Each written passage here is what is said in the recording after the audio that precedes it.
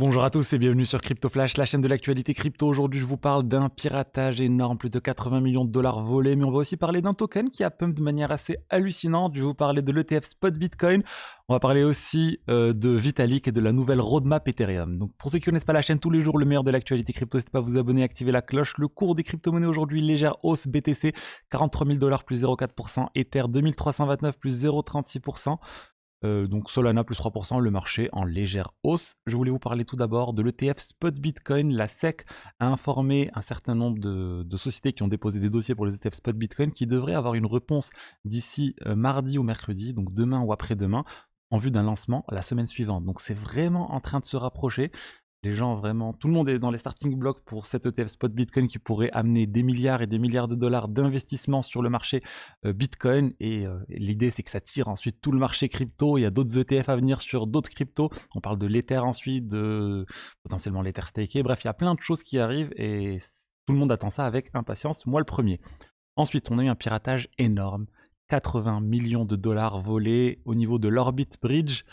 C'est juste énorme, 81,5 millions de dollars, c'est l'écrasante majorité de tout ce qui a été piraté sur le mois de décembre.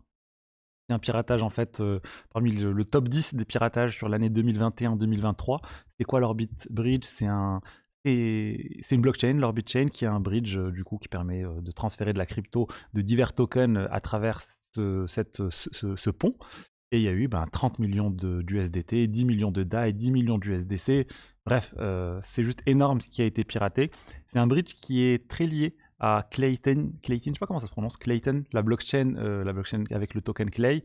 Il y a 9 tokens sur 10 sur Clayton, parmi le top 10 des tokens, il y en a 9 qui sont liés à l'Orbit Bridge. Donc malheureusement, si vous êtes sur Clay et que vous avez par exemple de l'USDC ou autre, ça se peut que vos tokens ne valent plus grand chose. Donc attention. Ça montre aussi les risques liés aux tokens bridgés sur d'autres blockchains. Si le bridge se fait compromettre, au final, les tokens n'auront plus beaucoup de valeur. Donc ils ont confirmé, Orbit Chain. Au début, on n'était pas sûr que c'était un piratage, c'était juste des transferts douteux. Ils ont dit si, c'est bien un piratage et soyez vigilants, il y a plein de fausses arnaques pour le remboursement. Du coup, des gens qui se font passer pour le pirate ou pour Orbit Chain en disant rentrez votre adresse, signez des choses ici pour qu'on vous rembourse. Tout ça, c'est faux, donc soyez très vigilants si vous avez été victime de ce piratage. Malheureusement, il n'y a pas grand chose que vous puissiez faire pour le moment. Si vous avez des tokens qui valent plus grand chose, à vous de voir ce qu'il vaut mieux les vendre ou pas, ou espérer par exemple que le hacker rend l'argent pour espérer un remboursement. Là, c'est très très personnel et malheureusement, c'est tous les risques liés au bridge. C'est pour ça qu'il vaut mieux, quand vous pouvez être sur plusieurs blockchains différentes, être sur les tokens natifs pour se passer justement de ces bridges. Ensuite, je vais vous parler d'un token assez hallucinant. On va parler du TRB. Et donc c'est le token de Taylor, c'est un oracle décentralisé, un peu un concurrent de Chainlink. Et il s'est passé des choses assez hallucinantes au niveau du cours de ce token. Déjà, ça fait un moment que le prix est en train d'augmenter. Le 19 décembre, on était à 115 dollars, 117 dollars. Depuis 28 décembre, on est passé à 239 dollars, ça a quasiment doublé. Et là, ça a continué d'augmenter là sur les derniers jours, sur la fin de l'année, jusqu'au 31 décembre où il y a eu un pump vraiment assez incroyable. On est passé de 271 dollars à près de 600 dollars en quelques heures, quelques minutes. C'est juste fou ce qui s'est passé. Il y a eu vraiment beaucoup de choses qui sont passées au niveau de ce token pour au final chuter. Donc est-ce que c'est un pump and dump? Est-ce que c'est des insiders qui ont vendu?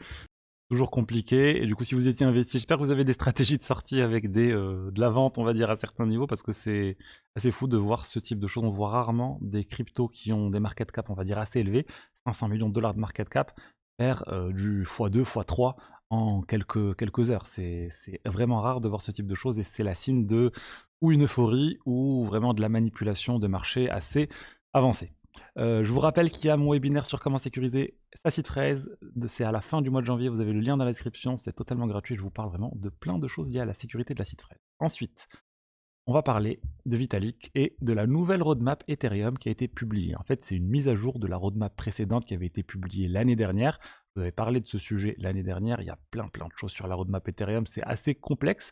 Je vais revenir tout de suite sur la roadmap Ethereum, mais j'ai trouvé un tweet de quelqu'un qui a posé la question à Tolly, donc le cofondateur de Solana, en disant c'est quoi la roadmap de Solana. Il dit qu'il n'y a pas de roadmap en fait définitive sur Solana. C'est comme Linux en fait. Chaque mise à jour, on essaye de rendre le produit plus rapide avec un meilleur débit, un meilleur volume de transactions. Et on le fait de la meilleure manière possible. Donc ça montre en fait les diverses approches de développement sur Solana et sur Ethereum. Sur Solana, on est plus dans une approche itérative où on essaie de mettre à jour petit à petit le protocole, la blockchain. Alors que sur Ethereum, il y a une vision assez macro de là vers ce vers quoi on veut aller, les divers problèmes, et tout est structuré et ils essaient de développer petit à petit les choses, même si eux aussi, ils évoluent régulièrement. Donc cette roadmap, qu'est-ce que c'est que cette roadmap? Donc de merge, on l'a déjà vu, c'était la fusion des deux blockchains, Proof of Stake et Proof of Work, et maintenant on n'a que globalement du Proof of Stake au niveau du consensus sur Ethereum. C'est ce qui fait que Ethereum ne consomme quasiment plus rien. Il y a autre chose qui arrive bien plus tard, c'est Single Slot Finality, SSF. C'est quelque chose qui va permettre de s'assurer qu'une fois que la transaction est envoyée sur le réseau, on peut être sûr qu'il n'y aura pas de retour arrière. Actuellement, pour être sûr qu'une transaction est valide sur le réseau Ethereum, il faut attendre un petit peu, quelques minutes, pour être sûr vraiment qu'il n'y aura pas de retour arrière. C'est pour ça que quand vous envoyez de l'argent sur un exchange, ça n'apparaît pas tout de suite, on vous dit d'attendre 10 minutes, 15 minutes avant de voir la transaction apparaître. Parce que s'il y a une réorganisation, c'est quelque chose qui peut arriver sur Ethereum, et bien aussi sur d'autres blockchains aussi, la transaction peut être annulée. Donc Single Slot Finality, c'est pour avoir cette instantanéité au niveau des transactions directement dès que c'est envoyé. Ça arrive, il y a eu des progrès, mais on n'en est pas encore loin. Ils sont encore dans les spécifications et l'implémentation n'est pas encore là. De Surge, on est en plein dedans, c'est-à-dire le fait d'augmenter drastiquement le nombre de transactions qui peuvent être sur le réseau Ethereum grâce aux solutions de niveau 2, grâce au roll-up. On parle de plus de 100 000 transactions par seconde. Là, ça a bien avancé, et ce qu'on attend, la prochaine mise à jour là dans les prochains mois, c'est EIP 4844, qui va permettre d'avoir de l'espace de stockage dédié pour ces solutions de niveau 2, qui sera moins cher et qui permettra du coup d'avoir des frais de transaction encore plus bas. Une vision plus globale pour décentraliser et avoir des roll-up, des solutions de niveau 2 qui sont vraiment décentralisées et sans mécanisme, on va dire, central qui permet de faire plein de choses, parce qu'actuellement, il ne faut pas se mentir, les solutions de niveau 2 sont très centralisées malheureusement. Donc ça aussi, ça arrive, on en est, voilà, c'est la partie verte, c'est pour montrer ce qui a été fait, et ce qui est blanc, c'est ce qui reste à faire. Alors, de Scourge, il y a des noms très bizarres sur cette roadmap, mais voilà, là, il y a eu du changement au niveau de cette roadmap. Et cette étape, on va dire, est maintenant focalisée sur comment éliminer les éléments de centralisation liés au mécanisme, au design d'Ethereum Proof of Stake.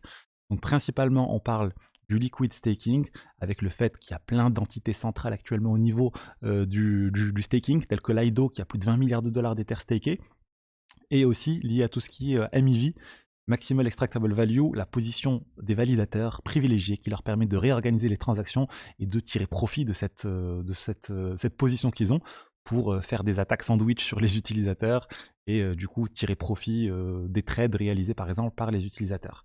Donc là, il y a plein de choses, on ne va pas rentrer dans les détails techniques, mais il y a plein de mécanismes pour limiter l'impact justement de la MEV.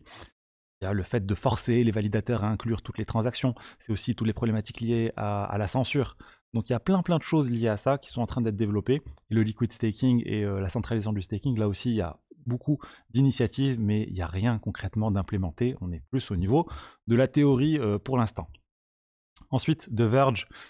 Ça avance, c'est plus comment valider l'ensemble des transactions sur le réseau très facilement, que n'importe qui puisse venir et être sûr que la blockchain qu'il est en train de voir, c'est bien ce qui est fait. Et disons que c'est plus un mécanisme pour s'assurer que tous les blocs, on peut les valider très rapidement.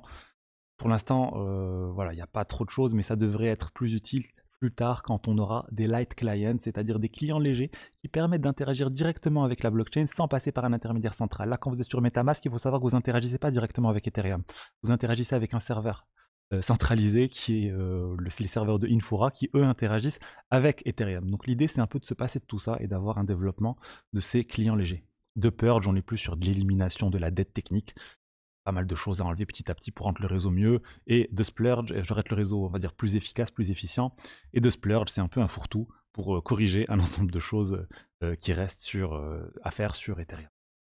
Une roadmap sur le très long terme, hein, on n'est pas sur 1 an, 2 ans, vraiment sur plusieurs années, et ça évolue aussi constamment. Donc s'il y a d'autres éléments qui viennent, ça pourra venir, il y aura d'autres éléments qui pourront remplacer d'autres éléments. Donc bon, c'est intéressant de voir que ça avance. Il y a une vision, en tout cas il y a bien une prise de conscience des problématiques de centralisation liées au design d'Ethereum, donc ça aussi c'est bien que ça soit pris en compte et que maintenant ça soit vraiment priorisé. J'espère que ça va finir par être corrigé. Donc voilà ce que j'avais à vous dire aujourd'hui sur les diverses actualités crypto du jour. J'espère que le contenu vous a plu. Si c'est le cas, n'hésitez pas à liker, commenter, vous abonner. Je vous dis à demain pour la suite et bonne année encore une fois. Au revoir.